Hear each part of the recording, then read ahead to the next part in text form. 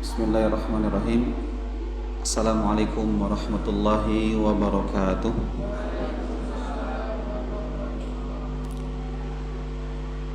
Alhamdulillahilladzi hadana lihadza wa ma kunna linahtadiya laula an hadanallah. Asyhadu an la ilaha illallah wahdahu la syarikalah wa ashhadu anna nabiyyana wa habibana Muhammadan abduhu wa rasuluh alladzi la nabiyya wa la rasula ba'dah. Allahumma salli wa sallim wa barik ala abdika wa rasulika wa khalilika Muhammad ibn Abdillah wa ala alihi wa sahbihi wa man iktafa atharahu ila yaumil qiyamah. Faqala subhanahu wa ta'ala fi kitabihil karim, A'udzu billahi minasy syaithanir rajim. Ya ayyuhalladzina amanu taqullaha haqqa tuqatih wa la tamutunna illa wa antum muslimun. Allahumma 'allimna ma yanfa'una wanfa'na bima 'allamtana wa zidna 'ilma wa arinal haqqo haqqan warzuqna ittiba'ah wa arinal batila batilan warzuqna ijtinabah. Amma ba'd. Ikhwatal iman, hadirin Bapak Ibu rahimani wa rahimakumullah. Alhamdulillah, kita memuji Allah Subhanahu wa taala. Allah lah satu-satunya zat yang berhak mendapatkan pujian kita, sanjungan kita. Rabb yang maha sempurna dalam balutan nama-namanya yang maha indah dan sifat-sifat Allah yang maha tinggi. Kita memuji Allah dalam setiap keadaan yang kita miliki, baik dalam keadaan baik ataupun dalam keadaan buruk, kita tetap memuji Allah Subhanahu wa taala. Kita bersyukur kepadanya atas semua kemudahan yang Allah berikan kepada kita, juga nikmat hidayah serta kasih sayangnya yang Allah turunkan kepada kita, yang dengan izin Allah Subhanahu wa taala kita dimudahkan untuk melangkahkan kaki kita untuk bisa hadir di salah satu rumah Allah Subhanahu wa taala. Dan saya sampaikan marhaban, selamat datang di talabil ilmi bagi para penuntut ilmu Allah, yang kata Nabi sallallahu alaihi wasallam, man salaka tariqan yaltamisu fihi ilman sahalallahu bihi lahu tariqan ilal jannah. Siapa yang dia melangkahkan kakinya menuju kepada ilmu, maka Allah akan mudahkan langkah kakinya menuju kepada surganya Allah Subhanahu wa taala. Ikhwatal iman, hadirin dan hadirat rahimani wa rahimakumullah. Tentu juga sebagai seorang umat Nabi kita Muhammad sallallahu alaihi wasallam, tidak lupa kita untuk selalu membiasakan untuk mengucapkan salawat teriring salam kepada beliau, uswah hasanah kita, suri tauladan kita, Nabi Muhammad sallallahu alaihi wasallam. Yang kata Nabi sallallahu alaihi wasallam, beliau mengatakan, man shalla alayya wahidatan sallallahu alaihi asyra. Barang siapa yang dia bersalawat kepadaku satu kali, maka Allah akan membalas salawat tersebut sebanyak 10 kali.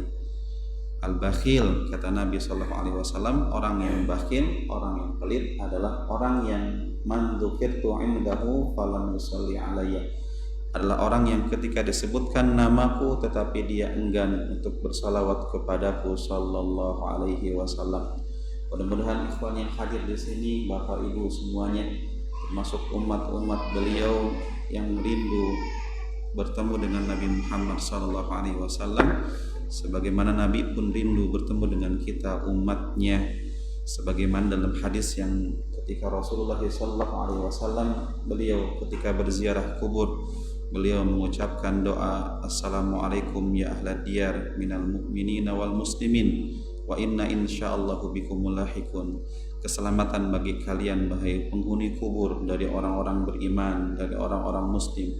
Sesungguhnya kami akan mengikuti jejak langkah kalian dan kami memohon kepada Allah untuk kita dan kalian keselamatan akhirat, keselamatan yang berujung kepada surganya Allah Subhanahu wa taala. Dan setelah itu Rasulullah SAW menyatakan wadittu law raaitu ikhwani. Saya sangat berharap bisa bertemu dengan saudara-saudaraku. Kata para sahabat, alas nabi ikhwanika ya Rasulullah, bukankah kami ini saudara-saudara Anda ya Rasulullah? Rasulullah mengatakan la, bukan, bal antum ashabi, kalian adalah sahabat-sahabatku, saudara-saudaraku adalah mereka-mereka yang beriman kepadaku dan tidak melihatku, itulah mereka-mereka yang saya rindukan bertemu dengan mereka. Sehingga ikhwatal iman, Bapak Ibu hadirin rahimani wa rahimakumullah, kaum muslimin yang hidup setelah Nabi meninggal dunia, termasuk kita yang hadir di sini dan juga yang beriman kepada Allah dan beliau sampai hari kiamat adalah saudara-saudara beliau yang beliau rindukan pertemuan dengan kita semuanya. Maka ikhwatal iman rahimani wa rahimakumullah, alhamdulillah di sore hari ini ya Allah mudahkan meskipun dalam keadaan cuaca yang mendung ya. Enak cuacanya, asik ini. Artinya adem gitu. Dan alhamdulillahnya sebelum hujan kita sudah sampai di masjid. Alhamdulillah binikmatihi tatimmu shalihat. Dan insyaallah kita akan ngobrol menjelang waktu maghrib insyaallah mengenai bagaimana kita meraih kesuksesan dalam ibadah di bulan yang mulia ini, di bulan suci Ramadan. Dan hari ini adalah hari yang keempat ya.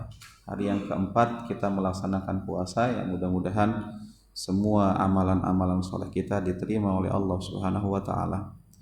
Bapak Ibu hadirin rahimani wa rahimakumullah, sebelum kita masuk ke materi kita, saya sering menyampaikan kisah.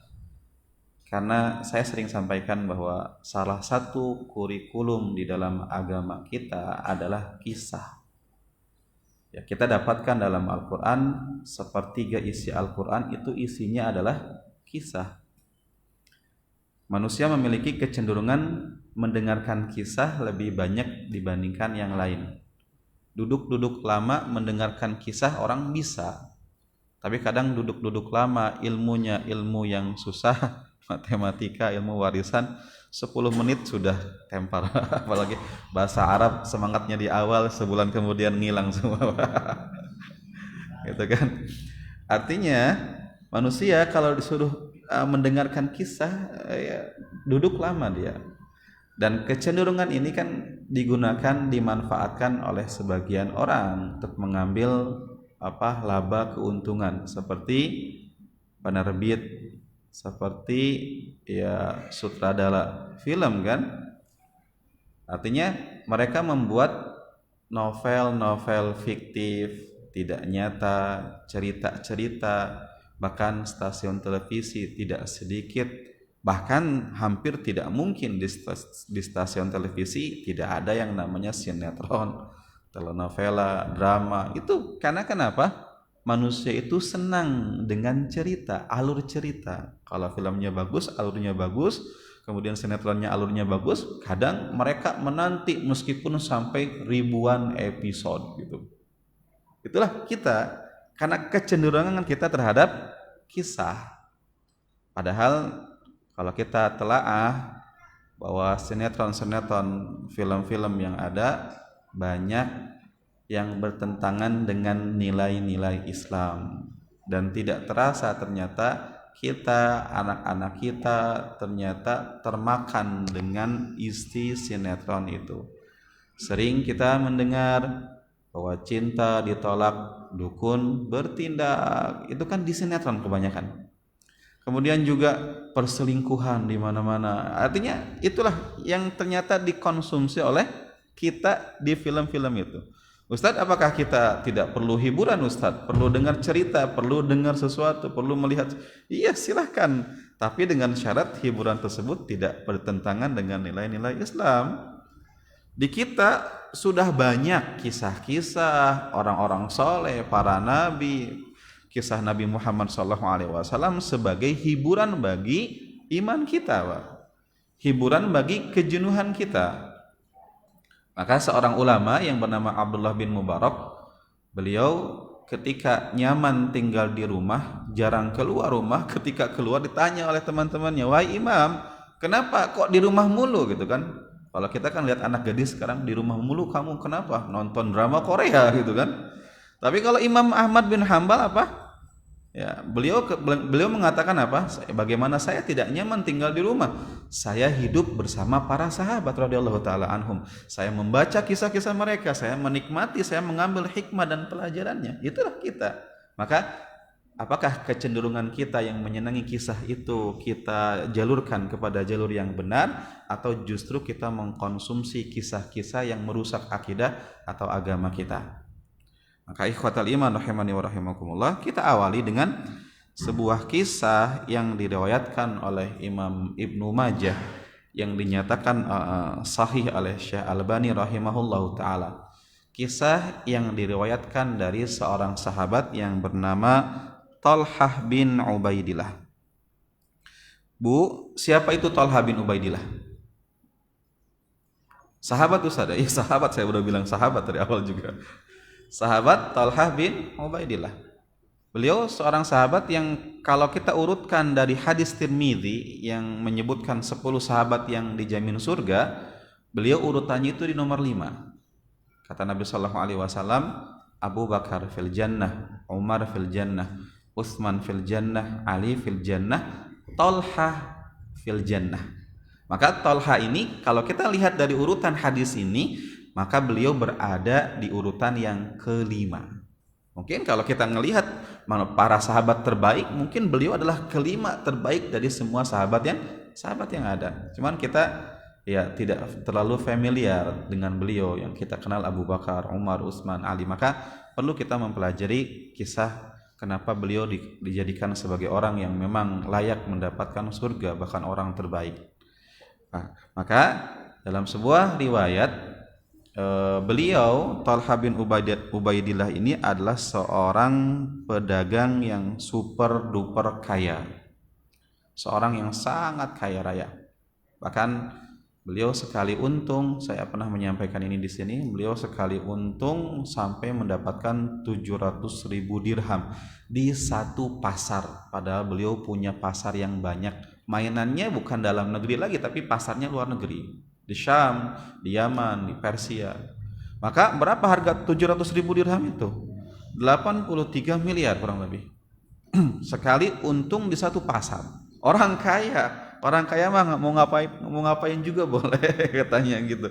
Ya, orang kaya dengan kekayaannya dia bisa beli sesuatu, dia bisa makan yang dia inginkan, dia bisa beli sesuatu yang dia inginkan, mobil juga dia mau beli silakan, kemudian juga rumah juga dia punya, itu orang kaya kan? Maka suatu kebakhilan sebetulnya kalau orang sudah punya duit tapi dia bakhil terhadap diri sendiri, itu namanya syahih. Kalau seperti itu, orang namanya bakhil, pelit terhadap orang lain, wajar, pelit, sifat manusia gitu. Tapi kalau dia pelit sama dirinya sendiri juga pelit, ini namanya bakhil yang paling tinggi derajatnya, bakhil kuadrat, ini namanya syahih. Ya, syahih itu artinya apa? Misalkan contoh gini, dia punya duit sebetulnya, kemudian dia pengen makan, dalam hatinya pengen makan ayam, misalkan fried chicken, dia pengen makan itu. Tapi dia berpikir, kalau saya beliin ayam kan harganya 12.000, gimana kalau berkurang duit saya, misalkan gitu. Kemudian dia pun akhirnya berpilih apa? Ya udahlah, beli orek aja yang 4.000, orek tempe misalnya. Maka orang seperti ini pelit terhadap dirinya sendiri gitu kan. Kalau ada orang kaya seperti ini pelit terhadap dirinya sendiri, rugi Pak, umur cuma sesaat, kekayaannya banyak, dia pelit juga terhadap diri sendiri gitu kan. Maka lihat, Talhah bin Ubaidillah seorang yang sangat kaya raya, tapi meskipun dengan kekayaan yang beliau miliki tidak membuat beliau itu lupa dengan akhirat. Beliau tetap mengutamakan Allah dan Rasulnya. Bahkan disebutkan dalam riwayat seperti yang disebutkan oleh sahabat Abu Bakar As-Siddiq, beliau mengatakan, kami para sahabat, kalau sedang mengingat-ingat peperangan. Jadi para sahabat juga suka ngobrol dengan sahabat yang lain, mengingat-ingat masa lalu tentang peristiwa. Kadang kita juga, kita misalkan ibu-ibu pernah arisan bareng, pernah kumpul-kumpul makan-makan bareng. Kadang kalau lagi ngobrol lagi, ingat peristiwa dulu. Dulu kita pernah gini ya, gini-gini gitu kan. Bapak-bapak mungkin pernah hiking bareng, pernah gathering banget bareng, pernah camping bareng, rafting bareng. Kadang ketika nantinya ngobrolin, kita dulu rafting seru ya, yuk kapan lagi gitu kan gitu. Maka sahabat juga sama, pernah ngobrolin hal-hal seperti itu. Dan para sahabat ketika mengingat perang Uhud yang terjadi kepada mereka, maka Abu Bakar mengatakan dzalikal yaum yaumu Thalhah bin Ubaidillah. Hari itu adalah harinya Thalhah. Jadi man of the match di perang Uhud adalah Thalhah bin Ubaidillah. Kenapa seperti itu? Karena ternyata ketika Thalhah ketika itu mengorbankan nyawanya, mengorbankan jiwanya untuk melindungi Nabi sallallahu alaihi wasallam. Dalam gebrakan pertama perang ini dimenangkan kaum muslimin, tapi karena sebab kesalahan yang dilakukan pasukan pemanah yang mereka turun gunung, membuat orang-orang kafir membuat strategi baru yang akhirnya kaum muslimin diserang dari belakang dan di depan. Nabi diserang habis-habisan di belakang pasukan, kemudian sahabat-sahabat yang lain fokus untuk mempertahankan barikade depan. Maka Nabi Muhammad di sini diserang habis, beliau dipukul wajahnya, berdarah pipinya, dipukul punggungnya, terjatuh, terperosok, kemudian lututnya kulitnya lecet. Pokoknya banyak yang beliau dapatkan di sini. Nah, di sini Thalhah bin Ubaidillah mati-matian membela Nabi sallallahu alaihi wasallam. Beliau dadanya tertusuk tombak, kemudian juga terkena sayatan pedang. Bahkan ini orang kaya, Pak. Seharusnya dia cinta dunia, sayang jiwanya.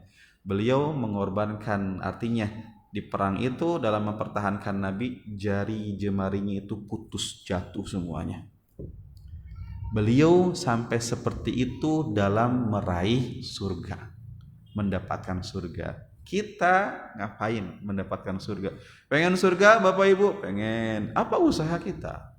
Perlu ditanya, apa usaha kita meraih surganya Allah? Memang setiap orang punya gayanya masing-masing. Bahkan kata Nabi sallallahu alaihi wasallam, ada orang yang masuk surga gara-gara dia menghilangkan gangguan di jalan.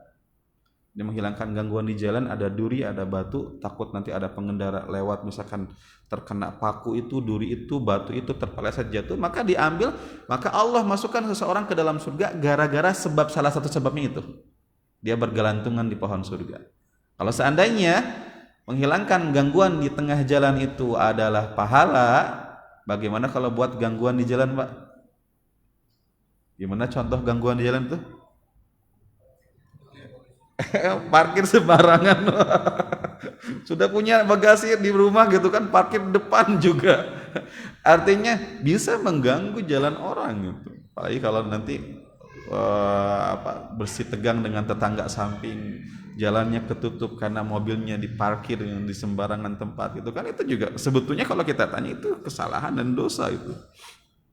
Maka kembali kepada kisah kita, Thalhah bin Ubaidillah, beliau pernah menjadi saksi ada dua sahabat yang masuk Islam, menyatakan keislamannya kepada Nabi Muhammad SAW.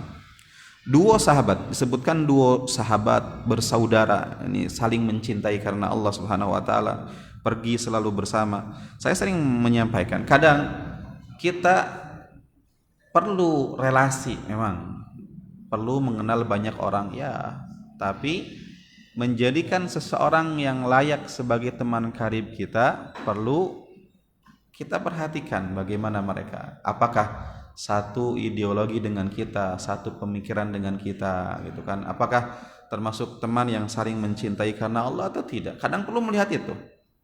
Apa gunanya punya 1000 teman tapi mendorong kita ke dalam neraka, tapi cukup punya 2-3 teman yang selalu kemana-mana. Kan kalau kita dengar sejarah, kalau kita dengar Abu Bakar As-Siddiq, siapa yang selalu bersama Abu Bakar itu? Umar. Abu Bakar, Umar, kemana-mana selalu bareng-bareng.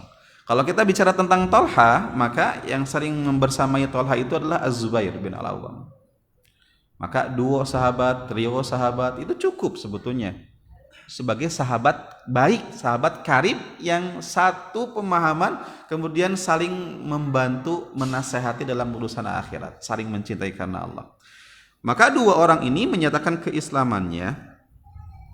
Karena mereka telat menyatakan keislamannya, sahabat yang lain sudah 5 tahun, 6 tahun, mereka sudah banyak beramal, maka salah satu dari sahabat ini memfokuskan dirinya untuk berjihad fi sabilillah, mengejar surga dengan cara selalu mengikuti peperangan bersama Nabi Shallallahu Alaihi Wasallam, dan berharap dalam perang tersebut dia meninggal dunia. Tapi bukan berarti dia pun mencari mati dan sengaja mati, menyerahkan dirinya supaya mati dalam perang tersebut. Khalid bin Walid seorang jenderal perang. Beliau cita-citanya syahid dalam perang, tapi ternyata meninggalnya di mana? Di kasur. Mati, meninggalnya dalam keadaan sakit di kasur. Padahal cita-citanya ingin berjihad fisabilillah, ingin meninggal syahid. Melihat keutamaan yang dimiliki oleh seorang yang syahid, orang yang syahid diampunkan dosanya dari tetesan darah yang pertama, tidak dimandikan, tidak dikafankan, cukuplah darah dan pakaiannya menjadi saksi nanti pada hari kiamat masuk surga dengan cara yang mudah gitu kan.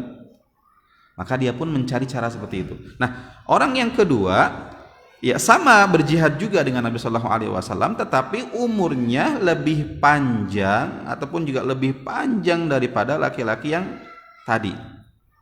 1 tahun setelahnya meninggal dunia di kasur, bukan di medan perang. Kemudian Thalhah mengkisahkan lagi, aku melihat di mimpi aku berada di pintu surga, inda babil jannah. Aku berada di pintu surga bersama dua sahabat itu.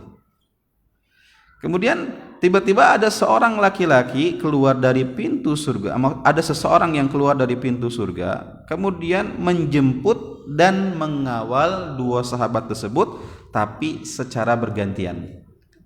Yang pertama yang dimasukkan ke dalam surga itu siapa? Orang yang meninggal 1 tahun setelah yang syahid. Ini diprioritaskan, dinomor satukan, dinomor wahidkan. Kemudian dia pun dijemput, dikawal masuk ke dalam surga. Kemudian si penjaga surga pun balik lagi keluar, ngejemput lagi, kemudian masuk lagi ke dalam surga dengan orang yang syahid. Maka ketika Thalhah mendekati pintu surga, kata penjaga surga mengatakan, irji, kembalilah engkau wahai fulan, fa innaka lam ya'ni laka ba'd, karena engkau itu belum saatnya sekarang. Maka Thalhah pun terbangun dan masih ingat mimpinya dan merasa heran dan aneh dengan mimpi tersebut. Kemudian Thalhah pun menyampaikan mimpi tersebut kepada para sahabat yang lain. Para sahabat pun juga merasa aneh dengan mimpi tersebut, dan Nabi mendengarkan obrolan para sahabat, dan Nabi mengatakan, min aidzalika ta'jabun, apa yang kalian herankan wahai para sahabat? Maka para sahabat mengatakan, iya ya Rasulullah, kenapa orang yang syahid meninggal dalam syahid di nomor 2 kan, sedangkan orang yang meninggal 1 tahun setelahnya di nomor 1 kan, gitu kan? Maka kata Nabi Shallallahu Alaihi Wasallam, qala wa adraka Ramadan fasamahu wa shalla kada wa kada min sajdatin fis sanah. Sesungguhnya orang yang kedua itu dia adalah orang yang umurnya lebih panjang dan dia bertemu kembali dengan bulan Ramadan, dia berpuasa Ramadan, banyak melaksanakan salat sepanjang tahun, salat sunnah dia lakukan, takbir, tahmid, zikir kepada Allah, bersyukur kepada Allah. Maka kenapa kalian heran orang yang seperti ini didahulukan daripada orang yang mati syahid? Maka kata Nabi Shallallahu Alaihi Wasallam, sesungguhnya perbedaan pahala antara kedua orang tersebut seperti perbedaan langit dan bumi. Maka ikhwatal iman rahimani wa rahimakumullah, tentu tidak semua orang mendapatkan anugerah bertemu dengan bulan Ramadan. Faktanya apa? Faktanya jutaan orang di seluruh dunia yang dirinya muslim, sebelum Ramadan mereka meninggal dunia, diwafatkan oleh Allah Subhanahu wa taala. Kita bertemu dengan Ramadan, anugerah, Pak. Ustaz enggak kerasa anugerahnya. Yang namanya anugerah itu, Ustaz, kalau kita dikasih hadiah mobil misalnya, itu anugerah, Ustaz. Nampak jelas di depan kita gitu kan. Tapi kalau orang bertemu Ramadan, anugerahnya di mana, Pak? Anugerahnya di mana? Yang memahami Ramadan itu adalah anugerah siapa? Mereka-mereka yang meninggal dunia. Mereka-mereka yang mati paham besar anugerahnya Ramadan, besarnya anugerah waktu yang Allah berikan kepada kita. Sedangkan kita yang merasakan, kadang tidak merasakan bahwa ini itu benar-benar anugerah dari Allah Subhanahu wa taala, gitu kan. Kadang ya, kebanyakannya, bukan kadang, kebanyakannya orang baru sadar nikmatnya, besarnya, agungnya sebuah anugerah setelah orang tersebut kehilangan anugerah tadi, Pak. Kadang seperti itu. Bukan kadang sih, kebanyakannya gitu. Orang diberikan sehat, kadang dia jarang bersyukur kepada Allah. Syukurnya itu kapan? Kalau diberikan sakit sama Allah, dia baru sadar, oh ya Allah, nikmat sehat itu luar biasa. Sakit yang saya derita cuma sakit gigi, ternyata bisa menghilangkan nikmatnya saya merasakan makanan enak, minuman enak, gitu kan. Nah, sama seperti Ramadan, orang mungkin tidak merasakan bahwa apa yang kita miliki ini adalah anugerah besar. Yang merasakan bahwa Ramadan itu adalah anugerah besar adalah mereka-mereka yang memang tidak bisa bertemu lagi dengan bulan yang mulia ini, bulan Ramadan. Maka Bapak Ibu rahimani wa rahimakumullah, karena kita diberikan anugerah oleh Allah Subhanahu wa taala, maka kita harus bersyukur kepada Allah. Gunakan momentum ini sebaik mungkin. Gunakan dengan beribadah kepada Allah semaksimal mungkin di Ramadan ini. Rasulullah sallallahu alaihi wasallam menyatakan apa? Idza ja'akum syahrul Ramadan, jika telah datang kepada kalian bulan Ramadan, berbahagialah. Kita harus bahagia, happy dengan Ramadan. Senang. Maka Bapak sering mendengar hadis ini ya. Hadis apa? Man shoma Ramadana imanan wa ihtisaban ghufira lahu ma taqaddama min dzambi. Itu kan sering dengar itu kan? Jadi barang siapa yang berpuasa Ramadan karena dasar iman dan ihtisab, maka akan diampunkan dosa-dosanya oleh Allah. Hadis riwayat Bukhari dan Muslim, muttafaq alaih. Nah, permasalahannya, apa itu makna iman? Apa itu makna ihtisab? Iman artinya mengimani kewajiban puasa. Nah, kita mengimani kewajiban puasa. Ihtisab, apa artinya ihtisab? Ihtisab dimaknai oleh seorang imam yang bernama Al-Imam Al-Khattabi bermadhabkan Syafi'i. Beliau mengatakan ihtisab itu artinya apa? An yasumuhu ala ma'na ragbah fi thawabihi. Seseorang berpuasa Ramadan karena mengharapkan pahala dari Allah Subhanahu wa taala. Thayyibatun nafsihi bidzalika, hatinya cinta, hatinya senang dengan Ramadan tersebut. Ghairu mustaqillin li siyamihi wala mustatilin li ayyamihi, tidak merasa berat dengan Ramadan tersebut atau tidak merasa panjang hari-hari Ramadan yang dia alami tersebut. Itu makna ihtisab yang dikemukakan oleh Al-Imam Al-Khattabi rahimahullahu ta'ala. Jadi orang yang ihtisab itu gini, puasa semua orang melaksanakan puasa, tapi kita tidak paham. Ada orang yang berpuasa karena memang ya udahlah, gitu kan, kita kan muslim, ya sudah puasa, seakan-akan berat melaksanakan puasa, atau sudah menjadi seremonial tahunan, ibadah tahunan, ya udahlah kita berpuasa. Atau dengan orang yang memang ketika datangnya puasa dia merasa bahagia, alhamdulillah puasa lagi, kemudian menjadikan puasa tersebut sebagai amalan yang memang dia itu senang berpuasanya, tidak menjadikan puasa sebagai alasan, Ustaz saya puasa seret Ustaz, nggak bisa murojaah Quran saya sedang puasa, saya nggak bisa masak, ini lemas banget. Ini kan orang menjadikan puasa sebagai alasan membuat dia malas, gitu kan.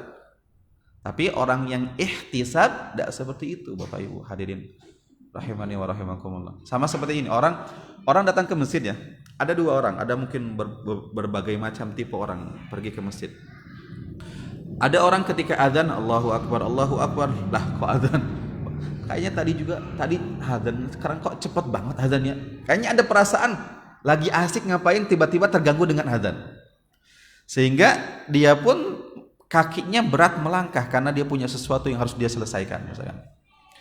Dengan orang yang ketika dikumandangkan azan Allahu Akbar, Oh, alhamdulillah adzan. Senang dia. Nabi Muhammad punya aktivitas. Tapi ketika azan dikumandangkan, beliau menghentikan aktivitasnya, senang mendatangi masjid untuk melaksanakan salat. Makanya kata Nabi Shallallahu Alaihi Wasallam, ya Bilal, wahai Bilal, arihna biha, berikan ketenangan kepada kami dengan salat. Azankan wahai Bilal, cepat. Kita sudah nggak sabar, ingin meraih ketenangan, ingin meraih kebahagiaan, ingin meraih kedamaian dengan apa? Dengan salat. Tapi orang belum tentu seperti itu, gitu kan? Dan kemudian misalnya ketika hujan, azan dikumandangkan, harusnya dia berangkat ke masjid. Tapi tiba-tiba hujan. Alhamdulillah hujan, salatnya di rumah juga saya. Dengan orang yang ketika hujan sedih, nggak bisa salat di masjid saya. Maka saya pun mengambil rukhsah salatnya di rumah. Tapi ada perasaan sedih, kecewa. Nah, itulah perbedaan yang ihtisab dan tidak ihtisab, sebagaimana yang dinyatakan oleh Al-Imam Al-Khattabi rahimahullahu ta'ala. Apakah puasa yang kita lakukan hari ini, bulan ini, termasuk puasa yang di sana ada unsur iman dan unsur ihtisab, sehingga seseorang tersebut berhak mendapatkan ampunan dari Allah Subhanahu wa ta'ala? Maka ikhwatal iman hadirin, Bapak Ibu rahimani wa rahimakumullah, jadi kembali lagi, gunakan momentum Ramadan ini sebaik mungkin, karena banyak dari kita tidak mendapatkan momentum tersebut. Bahkan mereka banyak yang meminta kepada Allah tambahan waktu ketika ajal datang kepada mereka.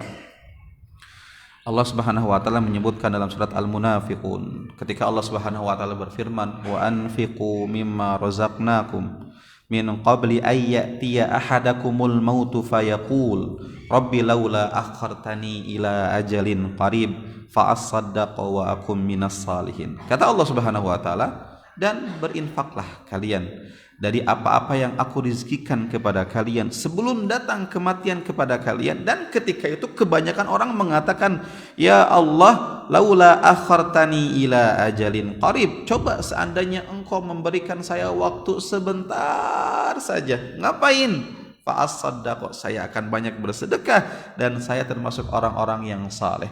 Mereka-mereka yang telah datang ajalnya baru paham bagaimana hebatnya anugerah waktu yang kita miliki ini.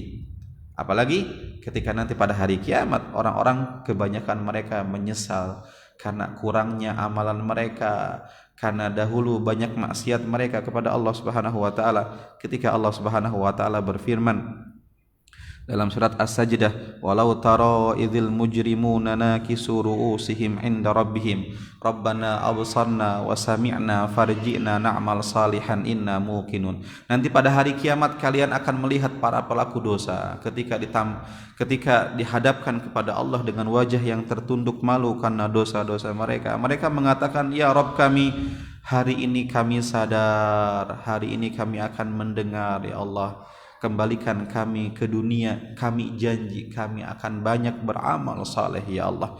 Bahkan dalam ayat yang lain surat Fatir, Allah menyebutkan wahum yastarikhuna fiha, mereka penduduk neraka, yang orang-orang yang kufur, orang-orang yang kurang amalannya, berteriak di dalam neraka. Mereka mengatakan, akhrijna, keluarkan kami ya Allah dari neraka, na'mal salihan ghairal ladzi kunna na'mal, kami berjanji kami akan beramal saleh bukan dengan amalan-amalan yang buruk yang pernah kami lakukan ya Allah. Tetapi ketika itu Allah mengatakan, meskipun mereka meminta kesempatan kepada Allah, Allah mengatakan, fadzuqu bima nasitum liqa'a yaumikum hadza inna nasinakum, rasakanlah azab karena kalian telah melupakan pertemuan denganku hari ini, inna nasinakum, aku pun lupa kepada kalian, wadzuqu adzabal khuldi bima kuntum ta'malun, dan rasakanlah azab yang pedih terhadap dosa-dosa yang kalian lakukan. Itulah penyesalan mereka, Pak.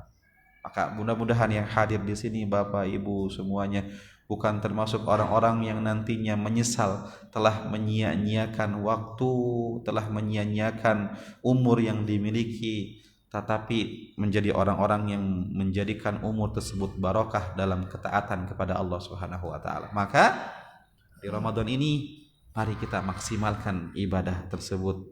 Dan tentu ada berbagai macam cara, yang namanya amalan itu banyak Bapak Ibu.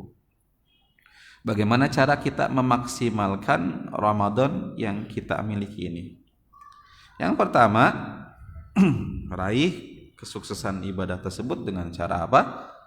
Memaksimalkan dengan cara melaksanakan yang wajib-wajibnya dulu. Itu poin yang paling penting. Karena salah satu targetnya iblis itu apa? Jadi orang disibukkan dengan sesuatu yang pahalanya kurang dari pahala yang banyak. Itu urutan yang terakhir itu. Jadi kan kata Ibnu Qayyim disebutkan bahwa ada 6 target setan dalam menggoda manusia. Pertama adalah kesyirikan, yang kedua adalah bid'ah, yang ketiga adalah dosa besar, yang keempat adalah dosa kecil, yang kelima sesuatu yang mubah, sesuatu yang hukumnya boleh tapi melalaikan, membuat umurnya itu tidak barokah.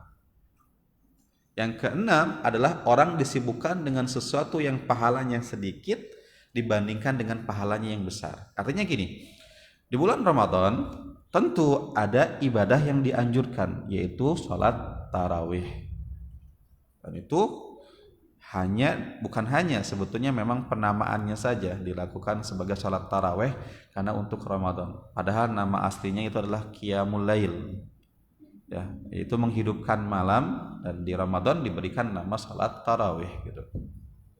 Ada ibadah khusus itu karena di selain Ramadan biasanya sholatnya itu kan sendiri-sendiri, tapi di Ramadan tarawih dilaksanakan secara berjamaah mengikuti sunnah yang dilakukan oleh Umar bin Khattab radhiyallahu taala anhu.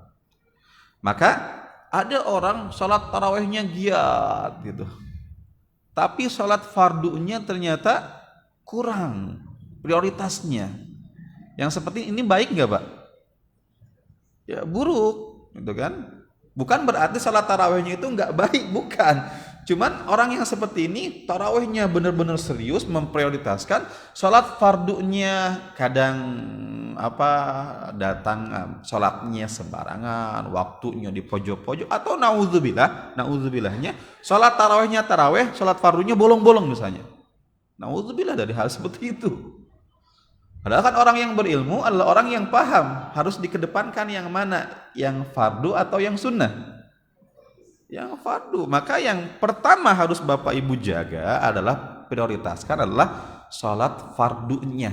Laksanakan semaksimal mungkin yang wajib-wajibnya di antara yang sunnah. Yang sunnah juga harus kita laksanakan sebagai kesempurnaan amalan kita. Tapi kalau seandainya berbenturan antara yang wajib dan yang sunnah, maka yang dikedepankan adalah yang wajib. Maka lihat ada beberapa hadis. Pertama hadis riwayat Muslim dari seorang sahabat yang bernama Jabir bin Abdullah Al-Ansari radhiyallahu taala anhuma. Apa bedanya antara radhiyallahu taala anhu dengan radhiyallahu anhuma? Ya, berduanya dengan siapa, Pak? Dengan siapa? Bapaknya. Maka kalau Jabir bin Abdullah radhiyallahu anhuma berarti bapaknya juga sama seorang sahabat yang memang seorang sahabat ya muslim tentu. Tapi biasanya kalau radhiyallahu anhu biasanya hanya dia yang memang muslimnya, kadang bapaknya tidak gitu. Maka Ibnu Umar, kebanyakan para ulama menyebut Ibnu Umar radhiyallahu taala anhuma, Ibnu Abbas radhiyallahu taala anhuma gitu. Maka hadis dari Jabir bin Abdullah radhiyallahu anhuma, beliau mengatakan, anna rajulan, ada seorang laki-laki, sa'ala Rasulullah sallallahu alaihi wasallam, bertanya kepada Nabi Muhammad sallallahu alaihi wasallam, ara'aita id sallaitul maktubat, wahai Muhammad, wahai Nabi Muhammad, bagaimana pandanganmu jika seandainya saya itu melaksanakan salat-salat yang wajib-wajibnya saja, wa sumtu Ramadan, saya berpuasa Ramadan, wa ahlaltul halal, dan saya menghalalkan apa yang Allah halalkan, wa haramtul haram, dan juga aku mengharamkan yang Allah haramkan, meyakini keharaman tersebut dan meninggalkan yang haram tersebut, walam azid ala dzalika syai'an, dan aku tidak menambah yang sunnah-sunnahnya, a'adkhulul jannah, apakah saya akan masuk surga?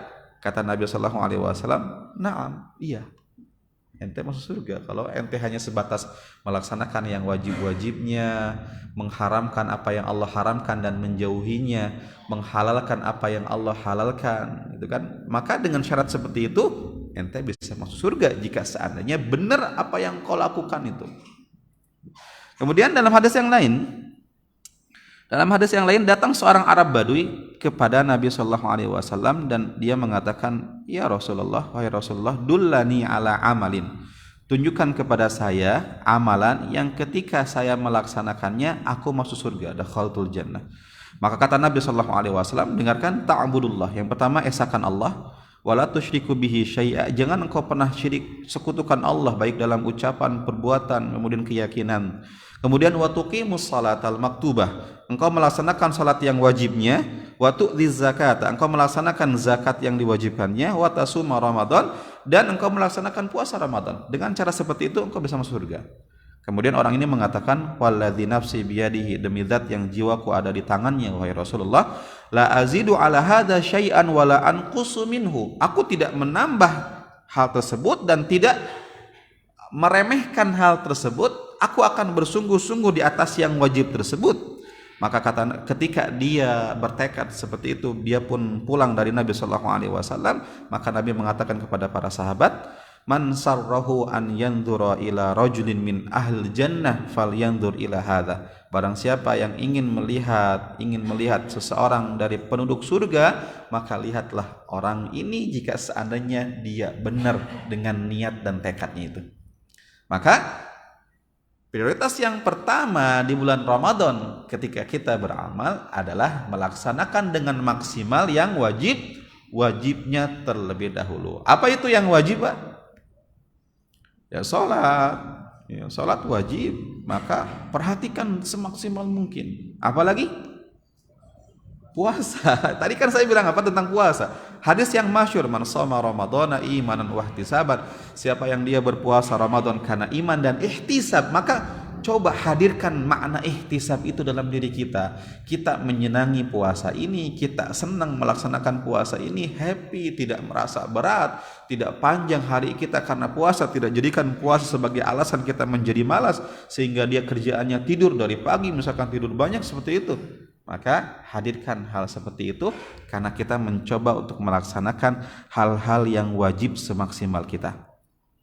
Dan lihat kata Allah Subhanahu wa taala dalam hadis qudsi riwayat Bukhari, Allah Subhanahu wa taala berfirman, "Wa ma taqarraba ilayya 'abdi bi syai'in ahabba ilayya mimma aftaradtu 'alaihi." Yang artinya, tidaklah seorang hamba mendekat kepadaku yang lebih aku cintai daripada yang telah aku fardukan kepada mereka. Jadi sesuatu yang Allah wajibkan kepada kita adalah amalan yang paling Allah cintai dari kita. Maka kalau orang sebetulnya mencukupkan diri dengan ini, sebetulnya kalau benar tidak ada kekurangan, maka dia masuk surga. Cuman kan kadang amalan kita banyak bolong-bolongnya, banyak kurang-kurangnya, sehingga harus ditambal dengan yang sunnah-sunnahnya gitu kan. Maka selain daripada puasa, kemudian sholat, apalagi yang wajib?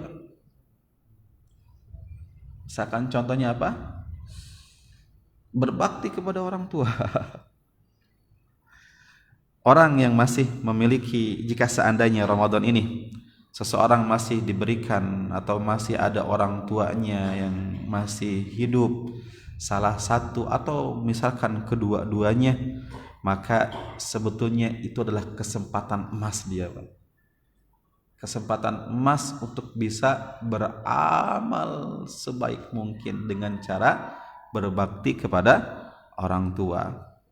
Misalkan di Ramadan kita berbakti kepada orang tua, keinginan orang tua pengen ini, pengen itu, kita tunaikan. Selama keinginannya itu tidak bertentangan dengan syariat. Ada misalnya seorang ibu bilang sama anaknya, "Nak, yuk temenin ibu ke pasar." "Oh ibu sebentar, ini saya mau ngaji dulu bu, mau tadarus bu." Saya mau tadarus dulu, kata anaknya, kata ibunya, bantu ibu dulu, anterin ibu ke pasar. Jangan seperti itu.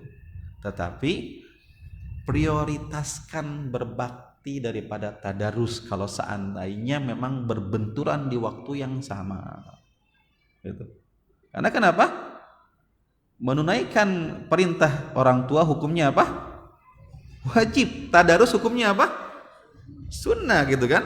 Kalau memang berbenturan, Pak, bukan berarti bukan tadarusnya itu tidak bagus, bukan, tapi karena berbenturan di waktu yang sama, jangan jadikan yang sunnah sebagai alasan seseorang tidak berbakti kepada orang tuanya. Maka kalau orang tua itu ada di samping kita, Bapak Ibu, banyak orang yang menangis ketika Ramadan itu. Ya Allah, dulu Ramadan yang lalu saya dengan ayah saya, dengan ibu saya, sekarang tidak ada ayah ibu saya. Mereka menangis. Kita yang masih punya orang tua di depan kita, maka maksimalkan. Mah, mau apa Ramadan ini? Mah, mau makan apa?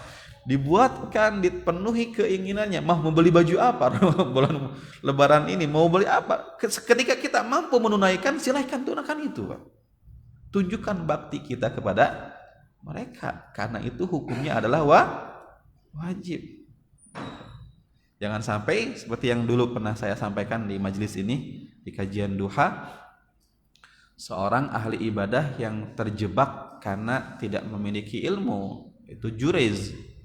Seorang ahli ibadah yang ketika dia melaksanakan salat sunnah, ya dia salat sunnah, maka ibunya memanggil, "Nah, sini sebentar, ibu ada perlu, tolong bantu ibu sebentar." Jurez ini kan ahli ibadah, dia dalam salat lagi berpikir, "Ya Allah, ibu saya atau salat saya?" Padahal yang dia lakukan adalah salat sunnah. Maka Jurez pun beristihad dengan apa? Dia pun melanjutkan salatnya. Dipanggil 3 kali sama ibunya pun sedih. Anak saya seperti ini, mungkin ibunya sedang memang sangat membutuhkan bantuan ketika itu, sehingga terucaplah doa yang mustajab. Akhirnya Jurez pun mendapatkan fitnah dari doa ibu yang tersakiti itu. Maka Jurez pun terfitnah oleh seorang wanita mengaku dizinahi oleh Jurez.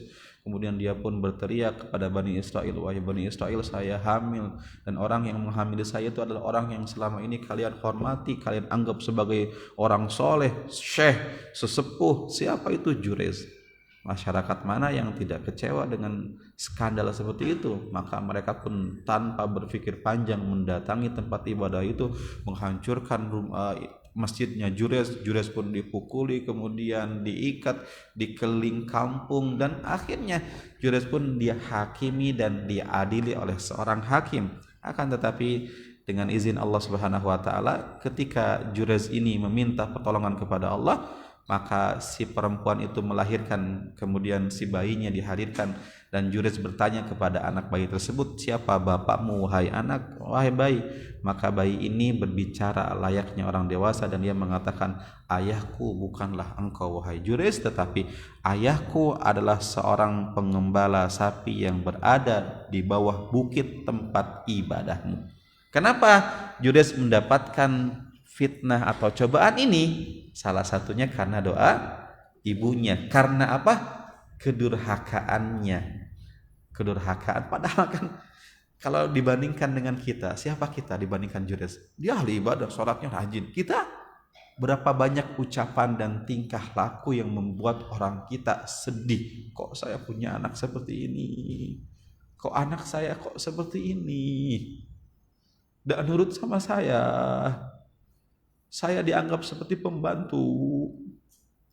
Banyak seorang ibu bisa mendidik 10 anak, tapi 10 anak belum tentu bisa ngurusin ibunya ketika sudah tua, Pak.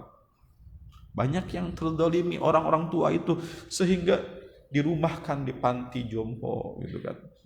Anaknya tidak mampu ngurusin satu ibunya. Maka lihat kisah yang lain, seorang ulama besar yang bernama Haywah bin Syarih, atau disebutkan dalam riwayat yang lain Syuraih. Ketika beliau sedang seperti ini, isi kajian seperti ini, murid-muridnya ribuan murid, beliau ulama besar. Ketika beliau menyampaikan hadis, beliau bacakan an fulan an Rasulullah sallallahu alaihi wasallam. Rasulullah bersabda, disebutkan hadis-hadis seperti itu.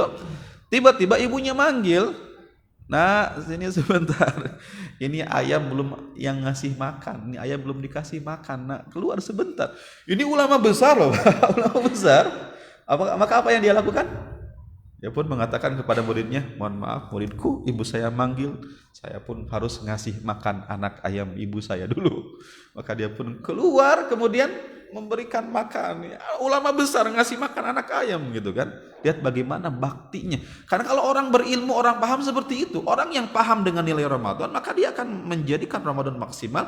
Yang paling pertama, yang paling diutamakan adalah artinya melaksanakan yang wajib terlebih dahulu secara maksimal. Seorang ulama yang bernama Muhammad bin Munkadir, beliau mengatakan seperti ini. Saya punya saudara namanya Umar. Umar ini rajin sholat malamnya. Tapi kata beliau mengatakan, demi Allah, saya lebih senang malam-malam saya habiskan dengan mijitin ibu saya daripada yang dilakukan oleh orang tadi. Umar sholat malam seperti itu. Kenapa? Sholat malam hukumnya apa? Sunnah. Berbakti kepada orang tua ketika orang tua misalkan capek, letih kakinya, perlu dipijit, hukumnya apa? Wajib, Pak. Akan datang masa kita seperti mereka.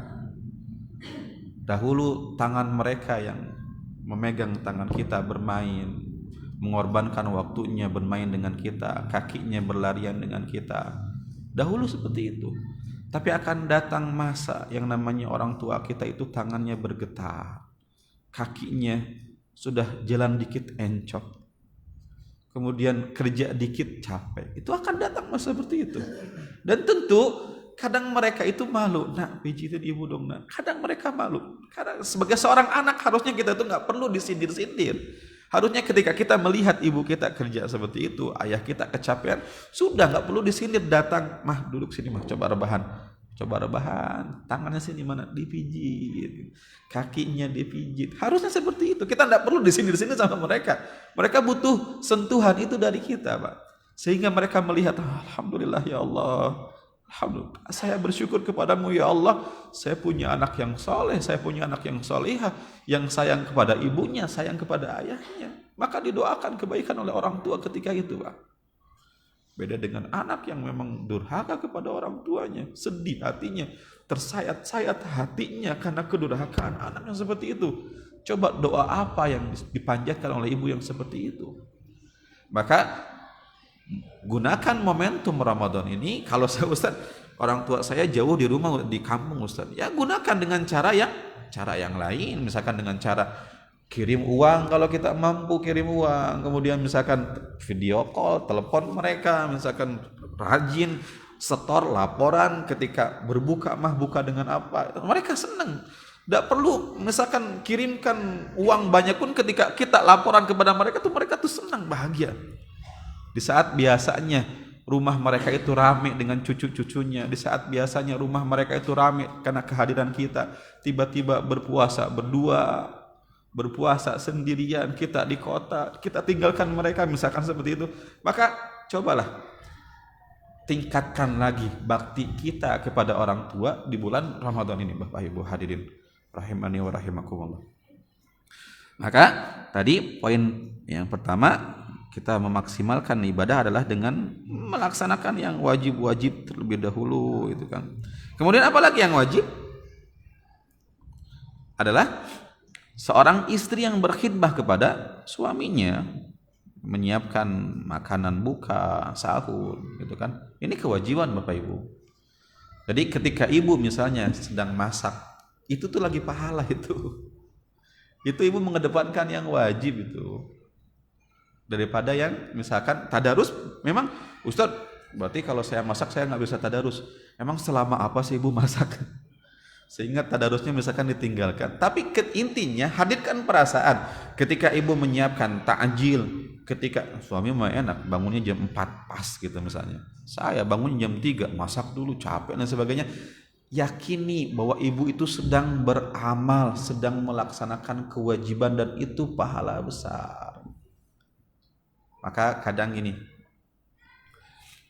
jangan sinis kita ataupun memandang sebelah mata orang yang orang itu iktikaf 10 hari. Tapi kok yang ini iktikafnya enggak 10 hari ya? Oh, dia masih cinta dunia, kerja di kantornya masih disuruh kerja sampai 3 minus 3 lebaran misalnya. Oh, ini orang masih cinta dunia nih, kerja mulu. Jangan sinis kepada orang seperti itu. Kenapa? Karena mereka bekerja hukumnya wajib. Mereka punya aturan dengan kantor bahwa jam kerja itu sudah ditentukan. Mereka menunaikan yang wajib. Beda kalau misalkan sudah dikasih izin cuti, ya sudah beda lagi gitu kan. Maka jangan terlalu sinis dengan mereka yang seperti itu. Lihat saya iktikafnya 10 hari, saya tinggalkan dunia. Ente masih dengan dunia aja, dengan dunia. Jangan seperti itu. Justru orang yang berilmu paham mana yang dikedepankan antara yang wajib di antara yang sunnah gitu kan. Bukan berarti iktikaf tidak boleh 10 hari misalnya. Kalau misalkan kita bisa izin, bisa mampu cuti tanpa harus mengorbankan yang wajibnya, maka lakukan gitu. Maka ada pertanyaan kadang ke kita, Ustaz, ketika saya kerja ada di sela-sela jam kerja, boleh nggak saya mencuri waktu kerja itu untuk melaksanakan salat duha? Jawabannya apa? Tidak boleh. Karena Anda terikat jam kerja itu hukumnya wajib, salat sunnah itu hukumnya sunnah. Kecuali yang bos yang fleksibel, bos yang memang memberikan keluasan. Minta izin, bos boleh nggak saya salat duha gitu kan? Bos mengatakan silakan, selama ketika saya butuh ente ada, kemudian ketika tugas-tugasnya selesai, itu bos yang fleksibel. Alhamdulillah punya bos yang tapi kalau misalkan bosnya memang tidak fleksibel, maka mengedepankan jam kerja itu lebih diutamakan karena itu hukumnya wajib, sedangkan salat duha itu hukumnya adalah sunnah, Pak. Maka poin pertama kembali lagi apa? Meskipun saya yakin yang wajib itu banyak ya. Maka Ustadz, kalau misalkan ada orang, Ustadz ya sudah, saya mau mencukupkan dengan hal yang wajib dan tidak menambah yang sunnah. Silakan, prinsip kita beda masing-masing, silakan. Tapi apakah kita benar-benar mampu melaksanakan semua yang wajib tersebut atau tidak? Melihat sesuatu yang haram, hukumnya haram, Pak. Berarti wajib menundukkan pandangan. Ini kan masuk area wajib kan? Bukan area sunnah kan? Maka orang yang mengatakan saya mencukupkan diri dengan hal-hal yang wajibnya, ini pun juga semuanya terlaksanakan. Mampu nggak seperti itu? Maka Ustadz, mata ini pernah kadang melihat yang diharamkan. Saya harus menutup ini dengan apa supaya tertutup dosa saya seperti itu. Maka muncullah ibadah-ibadah sunnah-sunnah itu untuk menutupi kekurangan-kekurangan yang ada. Sebagaimana yang pernah Allah katakan kepada malaikat ketika menyebutkan hadis Tirmidzi bahwa amalan yang pertama kali dihisab itu adalah salat. Maka ketika sholat itu ada kekurangannya, ada bolong-bolong, minus-minusnya, maka kata Allah Subhanahu wa Ta'ala kepada malaikat, lihatlah apakah fulan punya sunnah-sunnahnya sehingga ditutupi dari sunnah-sunnah tersebut. Gitu. Maka itu poin pertama. Dan poin yang kedua adalah kita melaksanakan yang sunnah-sunnahnya, gitu kan. Tapi pertanyaan saya, istighfar itu wajib atau sunnah? Wajib atau sunnah? Mungkin sunnah ya. Kalau nggak punya dosa sunnah hukumnya. Kalau punya dosa hukumnya wajib, karena itu taubat gitu kan. Kalau kita orang punya dosa kemudian dia beristighfar, hukumnya wajib, dia taubat. Tapi kalau misalkan kita berada dalam track yang memang kita menurut kita mudah-mudahan dalam keadaan baik, kemudian kita melazimkan istighfar, maka itu masuk kepada area sunnah. Tapi Allah sangat mencintai istighfar itu, sangat mencintai. Bahkan kata Nabi Shallallahu Alaihi Wasallam, beliau mengatakan apa? Wallahi inni la astaghfirullah wa atubu ilaihi fil yaum aktsar min 70 marrah. Kata Nabi Shallallahu Alaihi Wasallam, demi Allah, saya ini beristighfar kepada Allah, mengucapkan istighfar, astagfirullah, astagfirullah, dalam sehari lebih dari 70 kali. Dalam riwayat yang lain, mi'atu marrah, 100 kali. Hadis riwayat Bukhari dan hadis riwayat Muslim. Nabi saja yang beliau notabene sudah dimaksum oleh Allah Subhanahu wa Ta'ala masih seperti itu ibadahnya. Apalagi kita yang memang kurang dalam beribadah, tentu lebih membutuhkan banyak istighfar daripada Nabi Muhammad sallallahu alaihi wasallam. Gitu. Ya kadang kita kalau ada ikan fokusnya ke iklan dulu Pak ya. biarkan itu. Maka fokuskan lagi. Dan ikhwatal iman rahimani wa rahimakumullah, dalam sebuah hadis Rasulullah sallallahu alaihi wasallam bersabda, "Man lazima istighfar, ja'alallahu lahu min kulli dhiqin makhraja wa min kulli hammin faraja wa razaqahu min haitsu la yahtasib." Siapa yang dia melazimkan istighfar, mendawamkan istighfar, maka Allah akan menjadikan setiap kesulitannya itu Allah berikan jalan keluar. Kemudian juga Allah jadikan kesedihannya sebagai kebahagiaannya. Kemudian Allah jadikan ganti kesedihan dengan kebahagiaan, dan Allah akan memberikan rezeki kepadanya dari arah-arah yang tidak disangka-sangka. Itulah salah satu kelebihan istighfar. Pernah disebutkan dalam riwayat Al-Imam Al-Qurtubi ketika menafsirkan surat Nuh ayat ke-11 ini. Ketika ada seseorang konsultasi kepada Imam Al-Hasan Al-Basri. Orang ini pun mencoba mencari nasihat, Pak. Hukum memberikan nasihat itu salah satu hak seorang muslim ya. Jadi ada 6 hak seorang muslim itu. Salah satunya adalah ketika meninggal dunia dimandikan, itu hak muslim. Ketika bersin kemudian dibalas dengan doa, kemudian ketika mengucapkan salam menjawab salamnya, sakit dikunjungi, ini hak seorang muslim. Salah satunya apa? Ketika minta nasihat maka dinasehati semampunya. Maka ada seseorang datang kepada Imam Hasan Al-Basri dan dia mengatakan, "Wahai Imam, di tempat saya sedang musim kering, paceklik panjang. Kita membutuhkan air, sudah lama tidak turun hujan, wahai Imam. Maka nasihatilah kami dengan kampung kami, apa nasihat kepada kami?" Maka Imam Hasan Al-Basri mengatakan apa? Istaghfirillah. Istighfarlah kepada Allah. Banyak istighfar, Pak. Udah gitu doang Imam? Iya, beristighfar kepada Allah. Sudah. Kemudian datang yang kedua, dia mengadukan apa? Dia mengatakan, "Wahai Imam, saya sudah bekerja puluhan tahun, banting tulang, peras keringat, tapi kok kehidupan saya miskin terus itu. Apa sarannya, nasihatnya supaya saya keluar dari kefakiran ini, kemiskinan ini?" Apa kata Imam Hasan Al-Basri? Istagfirillah, beristighfar kepada Allah. Orang yang ketiga, dia mengatakan, "Wahai Imam, saya punya kebun, saya nanam di kebun tersebut tapi kok tidak panen-panen, gagal terus panennya gitu kan. Apa solusinya?" Kata Imam Hasan Al-Basri, "Istagfirillah, beristighfar kepada Allah yang banyak." Yang keempat, yang terakhir di konsultasi itu, datang orang yang dia mengatakan, "Wahai Imam, hati ini sedih. Kami setelah menikah lama, puluhan tahun menikah, suka ditanya sama orang, kok belum punya anak juga. Ya, mental ini daun jatuh, sedih, belum punya anak. Apa nasihat kepada kami?" Maka beliau mengatakan, "Istaghfirillah, beristighfarlah kepada Allah." Itu doang? Iya, itu doang, sudah.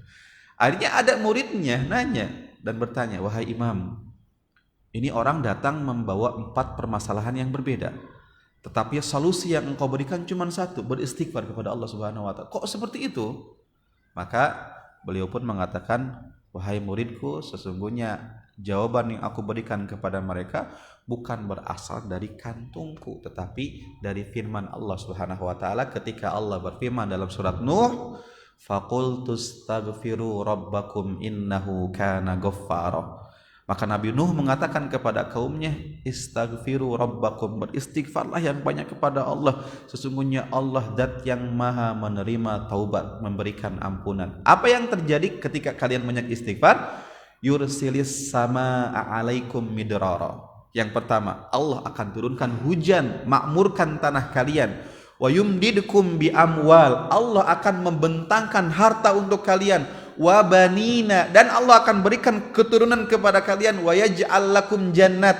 Allah akan memberikan kepada kalian kebun-kebun yang makmur. Wa yaj'al lakum anhara, dan Allah pun juga akan mengalirkan kepada kalian sungai-sungai yang indah. Itu kan firman Allah Subhanahu wa Ta'ala. Maka permasalahan yang mereka datangkan kepada saya, solusinya apa? Istighfar kepada Allah Subhanahu wa ta'ala. Sudahkah kita seperti itu? Bahkan para ulama mengatakan boleh jadi istighfar yang kita lakukan adalah sarana kita ditolong oleh Allah dalam permasalahan kita, gitu kan. Kesulitan yang kita hadapi Allah mudahkan karena istighfar yang kita lakukan, gitu kan. Maka apa? Beristighfarlah yang banyak kepada Allah Subhanahu. Ada satu kisah sebetulnya yang diperdebatkan oleh para ulama, tapi ada dalam kitab Manaqib Al-Imam Ahmad bin Hambal dan pernah dikisahkan oleh Ustadz Erwandi Tarmidhi. Saya mendengarkan dan memang ini diperdebatkan kesahihannya, tapi saya sampaikan. Ketika seorang Imam Ahmad bin Hambal, pernah dengar kisah ini? Imam Ahmad bin Hambal ketika itu beliau sudah sepuh, sudah syekh, sudah namanya masyhur sebagai seorang yang menolong Al-Quran dari fitnah Al-Quran itu makhluk. Beliau tetap teguh dalam pendiriannya Al-Quran itu adalah kalamullah, firman Allah. Karena ketika orang menyatakan Al-Quran itu makhluk, yang namanya makhluk banyak kekurangan. Sehingga nantinya Al-Quran akan banyak kekurangan, hukumnya tidak sempurna. Tapi Al-Quran itu adalah firman Allah, ucapan Allah. Sehingga karena itu bagian dari Allah, artinya ucapan Allah, tidak mungkin ada kekurangan, yang ada adalah kesempurnaan yang mutlak dalam Al-Quran. Beliau bertahan, bahkan sampai 3 generasi beliau merasakan cambukan di penjara karena sebab fatwanya itu. Namanya masyhur, terkenal, imam yang menolong Al-Quran. Suatu ketika beliau mengatakan, tidak tahu kenapa saya ingin berkunjung ke sebuah kota yang jauh dari Baghdad. Ya, jauh dari Baghdad, saya ingin melangkahkan kaki ke sana. Maka beliau pun pergi ke sana. Gitu. Ketika tiba di sana, sudah waktu malam, waktu maghrib, salat di sana, isya dikumandangkan, salat di sana. Beliau salat di sana.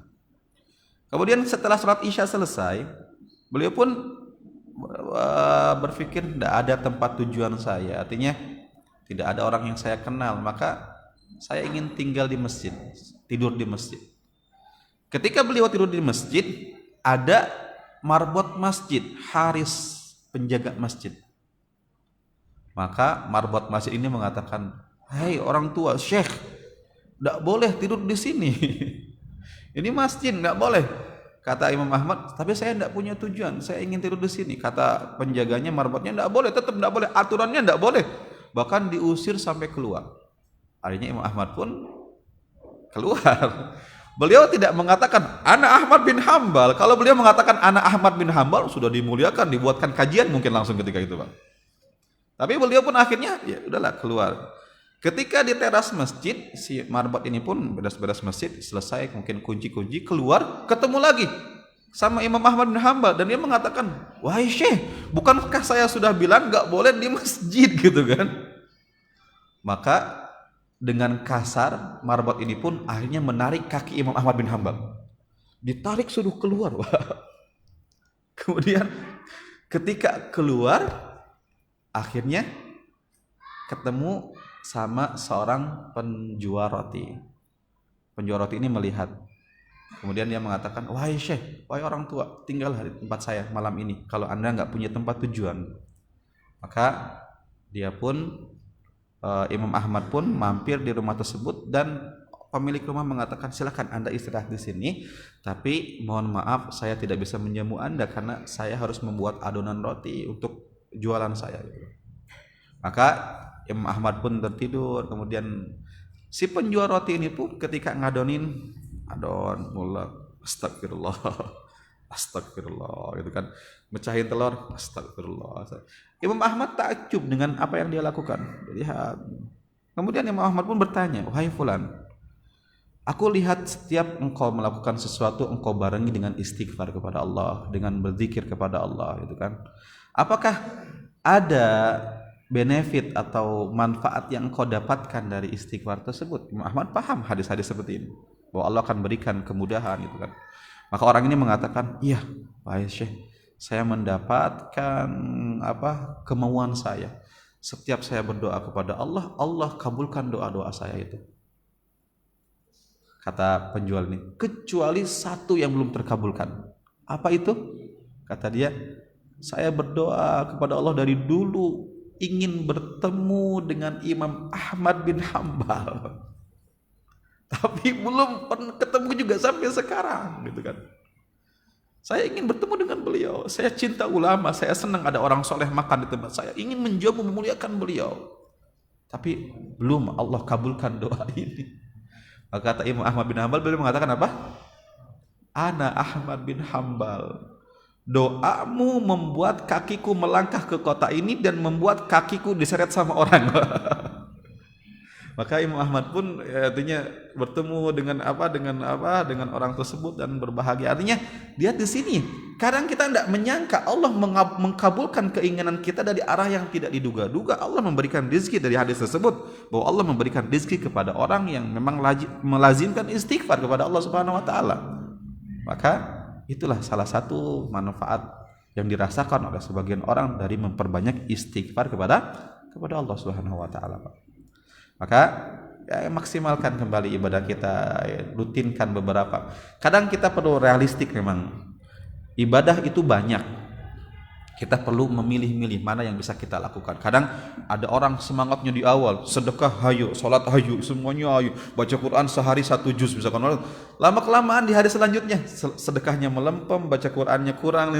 Akhirnya banyak yang terkorbankan. Kadang kita harus realistik melihat mana sih yang bisa kita dawamkan, mana yang bisa kita maksimalkan. Karena kan kadang orang masuk surga dengan caranya masing-masing. Mungkin karena istighfarnya, mungkin karena salat malamnya, mungkin karena sedekahnya, mungkin karena dia melihat kucing-kucing yang terlantar, ada yang ngasih makan, dia pun mengorbankan hartanya ngasih makan. Banyak orang bisa mendapatkan surga. Tapi intinya selama Ramadan ini mari maksimalkan waktu yang kita miliki dengan sesuatu yang bermanfaat. Itu bukan dihabiskan dengan hal-hal yang tidak banyak manfaatnya.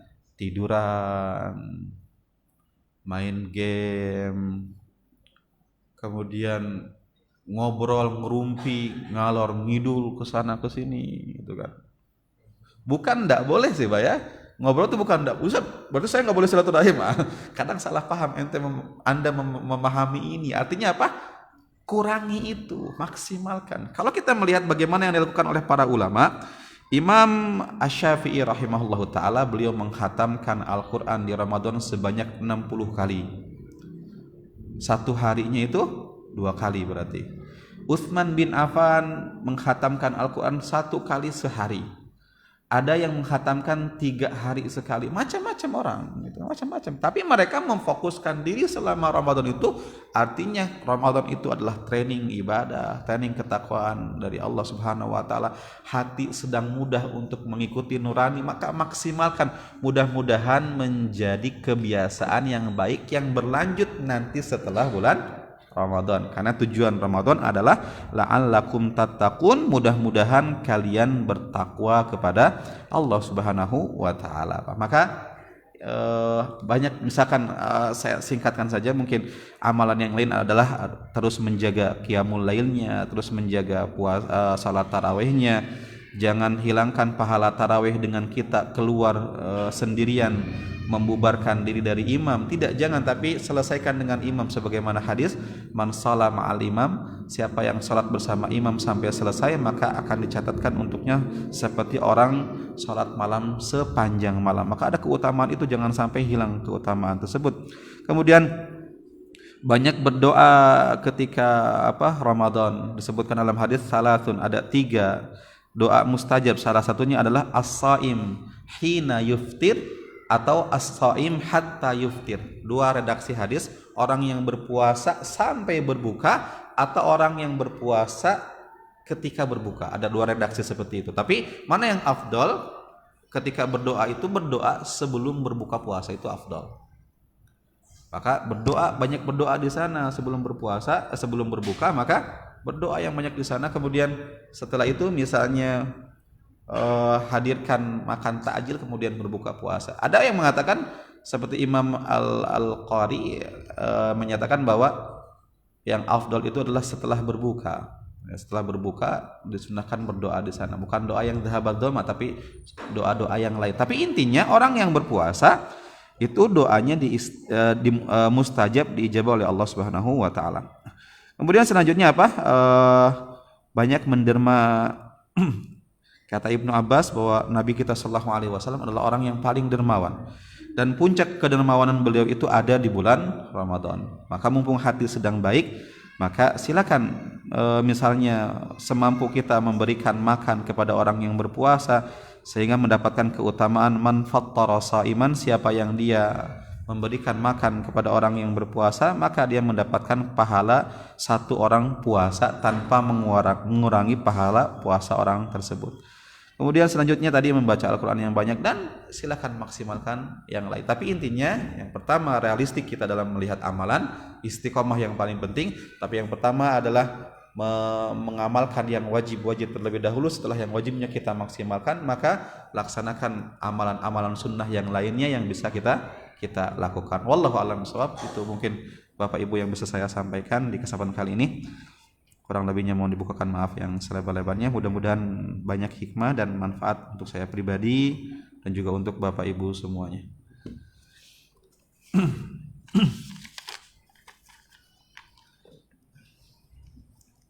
Nah, bismillah. Ustadz, bagi wanita apakah sebaiknya sholat tarawih itu di masjid atau di rumah? Dan mohon nasihatnya. Kalau kita melihat anjuran Nabi Shallallahu Alaihi Wasallam, beliau menyebutkan bahwa salatul mar'ah, salatnya perempuan di rumah itu lebih baik daripada salat di masjid. Itu umum. Salat fardu saja yang hukumnya fardu, Nabi menganjurkan salatnya di rumah, apalagi salat tarawih yang hukumnya sunnah.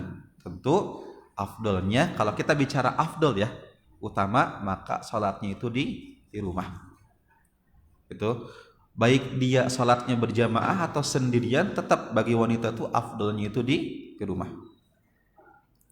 Tapi jika seandainya wanita ingin salat di masjid, maka Nabi pun memperbolehkannya dan melarang suami untuk menahan istri yang ingin salat di masjid. Itu saja sebetulnya, pilihan saja. Tapi kalau tanya afdol, mana yang afdol, maka jawabannya adalah di rumah. Bagi yang haid, bagaimana untuk wanita yang haid? Wanita yang haid bisa memaksimalkan Ramadan juga. Apakah karena dia haid misalnya dia tidak bisa memaksimalkan Ramadan? Bisa. Orang yang haid masih bisa membaca Al-Quran. Orang yang haid masih bisa berzikir-berzikir yang ada. Orang yang haid kan tetap di rumah menyiapkan makan bagi suami, niatkan sebagai pahala gitu kan, melayani anak-anak, melayani suami, itu kan juga pahala kan. Cari pahala yang lain. Mungkin puasanya Anda tidak bisa puasa karena terlarang gitu kan, tapi sholatnya juga Anda terlarang, misalnya sholat tarawihnya tidak, sholat fardunya tidak, tapi kan banyak pundi-pundi pahala yang lain yang bisa Anda raih gitu kan. Tidak membuat Anda karena haid sudah stop beramal. Dan seperti itu. Maksimalkan dan hargai orang-orang yang berpuasa. Jangan karena Anda haid Anda makan sembarangan juga, tapi hargai mereka-mereka yang berpuasa. Bahkan usahakan makannya itu memang tidak ketahuan, bahkan oleh anak-anak kita juga. Nah, ibadah yang lebih utama setelah puasa dilakukan di bulan Ramadan. Ibadah apa yang lebih utama setelah puasa dilakukan di bulan Ramadan? Setelah Ramadan maksudnya. Kalau misalkan setelah Ramadan ibadah apa yang memang utama setelah puasa? Ya, salah satunya melaksanakan menyempurnakan pahala setahun dengan menyempurnakan puasa Syawal. Itu dianjurkan dan diutamakan. Dan selanjutnya amalan apa yang mendawamkan yang sudah tertraining selama Ramadan. Jangan sampai bacaan Al-Quran yang sudah terbiasa di Ramadan maka hilang setelah Ramadan. Itu perlu dijaga. Karena kadang orang menjadikan Ramadan sebagai seremonial tahunan. Kenalnya Allah di Ramadan doang, setelah Ramadan hilang maka gak kenal Allah lagi gitu. Itu buruk ibadah seperti itu. Makanya disebutkan dalam sebagian ulama, labi asal kaum, seburuk-buruknya kaum yang hanya mengenal Allah di Ramadan saja. Gitu kan? Maka disebutkan apa? Kun robbaniyan wala takun sya'baniyan wa ramadaniyan. Jadilah seorang hamba yang robbani, yang menyembah Allah sepanjang tahun, bukan hanya menyembah Allah di bulan Sya'bannya doang atau di bulan Ramadannya doang, gitu kan? Maka itu mungkin yang bisa saya pahami kalau seandainya ibadah yang dilakukan setelah bulan Ramadan. Wallahu a'lam bishawab. Nah, ada pertanyaan lagi, Pak? Nah, tafadhal.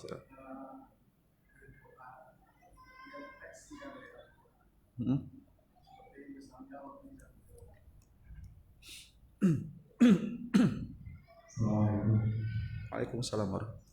Berdoa yang teksnya dari Al-Quran seperti misalnya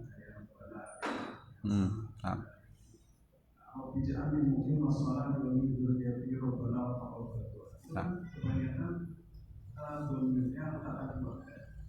Saat ini disuruh mendoa, kemudian teks tersebut dominannya diubah menjadi seperti Al-Bija'an di masalah untuk sholat.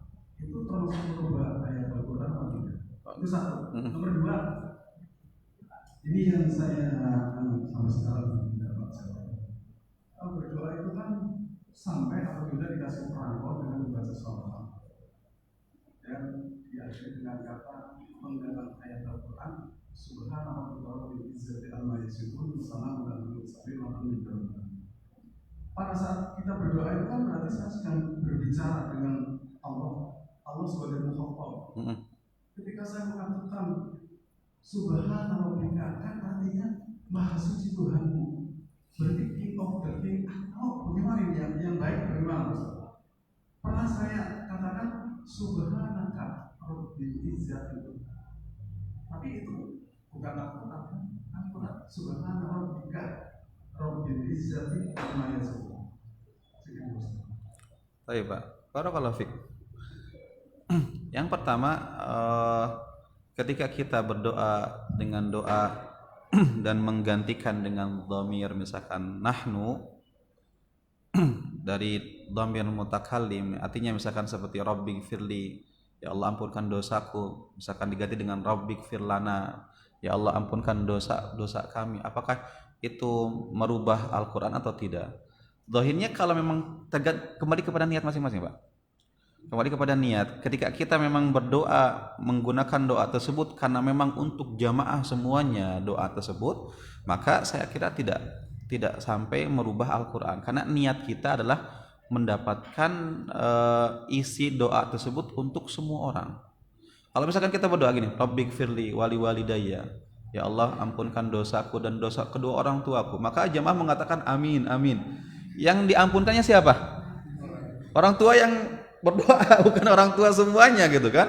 Maka mungkin ketika itu domainnya diganti Rabbighfir lana wali walidina warhamhum kama rabbawna shighara misalnya. Maka saya kira tidak masalah, tidak sampai merubah, karena kembali kepada niatnya masing-masing. Adapun mohon maaf ya, koreksi saya kalau saya salah. Adapun ketika seseorang berdoa, adabnya ketika berdoa kita mengucapkan hamdalah dan salawat. Alhamdulillah wassalatu wassalamu ala rasulillah. Kemudian baru setelah itu kita mengutarakan doanya, karena ada sebagian sahabat ketika itu berdoa langsung tanpa ada kalimat tersebut, maka Nabi mengatakan sesungguhnya orang tersebut tergesa-gesa dalam doanya, maka tidak boleh. Maka ketika kita berdoa kita ucapkan alhamdulillah wassalatu wassalamu ala rasulillah, kemudian sebutkan doanya Allahumma gfirli dan selanjutnya, gitu kan. Adapun mohon maaf, saya pribadi tidak paham akhir doa itu harus diakhiri dengan subhana rabbika rabbil izzati amma yasifun wa salamun alal mursalin walhamdulillahi rabbil alamin. Apakah ada kekhususan bahwa kita mengakhiri doa dengan ucapan seperti itu atau tidak, Pak? Saya pribadi belum paham ilmunya. Apakah memang perlu ada pengkhususkan ayat tadi? Itu kan ayat kan? Subhana rabbika rabbil izzati amma yasifun wa salamun alal mursalin. Apakah setiap doa memang wajib diakhiri ataupun dianjurkan untuk membaca itu? Saya belum dapat dalilnya. Tapi ketika seseorang berdoa dengan mengucapkan hamdalah dan salawat terlebih dahulu sebagai penyempurnaan kalimat, Saya pernah baca dalilnya, saya pernah baca hadisnya, saya ketahui itu. Tapi kalau subhana rabbika rabbil izzati amma yasifun wa salamun alal mursalin walhamdulillahi rabbil alamin. Tapi meskipun jika seandainya ada, maka mudah-mudahan tidak dipahami secara logika, yang artinya kita kan berdoa kepada Allah, maka seakan-akan kita mengatakan subhana rabbika, maha suci Rabbmu ya Allah gitu kan. Maka jangan dohirkan itu ke sana arahnya. Sama seperti ketika kita membaca tahiyat, Pak. Tahiyat, apa yang kita baca? Assalamu alayka ayyuhan. Keselamatan untukmu wahai Nabi. Alaika dhamirnya apa? Mukhatab, engkau. Engkau itu artinya orang yang diajak bicara. Nabi ada enggak? Maka apakah perlu diganti assalamu alaihi ayyuhan nabi, assalamu alayka ayyuhan, assalamu alaihi ayyuhan nabi wa rahmatullahi wa barakatuh. Ya. Itu ada yang mengamalkan, Ibnu Mas'ud mengamalkan, tapi jumhur ulama tetap tidak merubah kalimat tersebut, tetap menggunakan assalamu alayka. Oke. Adapun yang subhana rabbika rabbil izzati amma yasifun saya tidak paham. Wallahu a'lam bishawab. Taib 6.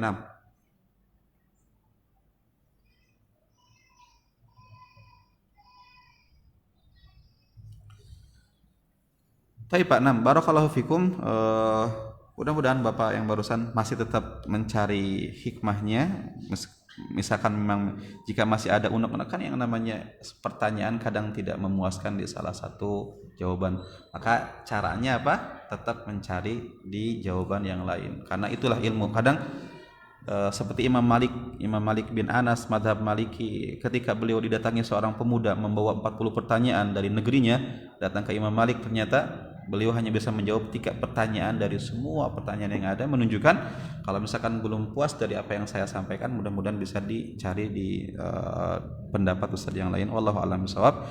Kita akhiri, subhanakallahumma wa bihamdika asyhadu an la ilaha illa anta astaghfiruka wa atubu ilaik. Assalamualaikum warahmatullahi wabarakatuh.